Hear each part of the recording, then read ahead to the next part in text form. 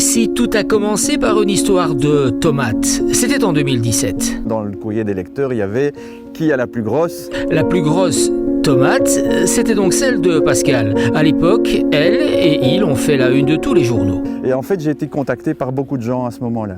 Et comme je m'intéressais beaucoup à la permaculture, qui a aussi tout ce côté partage, et l'idée a germé en fait de me lancer là-dedans. Donc j'ai continué à me former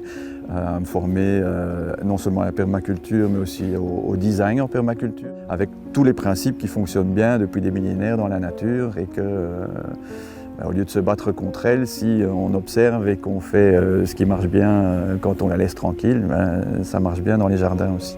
Changement de vie, changement de cap pour ce juriste de formation. 1 an plus tard, la Cense d'Orthésie fleurissait. Une cense, c'est une ferme. Orthésie, c'est la muse des jardins. Aujourd'hui, c'est un écosystème nourricier cultivé en permaculture. Ouais, là, on voit les fruits qui sont en train de se former déjà. Hein. C'est bien, on aura des belles récoltes. Là, on ne va pas manquer de groseilles.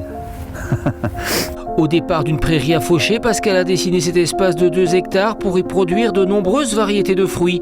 Tomates, melons, pommes, poires, prunes, cerises et de petits fruits, framboises, muroises, groseilles à grappes, amacro, cassis et mûres. Donc les fruits, une fois qu'ils sont cueillis de table, sont vendus dans les magasins locaux, dans des groupements d'achat, dans des drives qui sont organisés dans la région. Donc tout vraiment de manière très très courte, ça ne reste pas dans un frigo, c'est directement livré et consommé. J'en vends un petit peu ici pour les gens qui ont envie de venir me voir.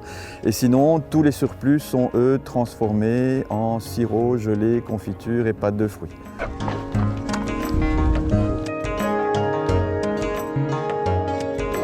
J'organise en saison une visite par mois environ et j'organise des cours d'introduction à la permaculture, donc pour partager un petit peu ce savoir que j'ai acquis et leur faire comprendre qu'il y a moyen parfois de jardiner autrement. Les 14 et 15 mai, dans le cadre de Rendez-vous en terre agricole, Pascal Delessine vous dévoilera les moindres recoins de son petit coin de paradis.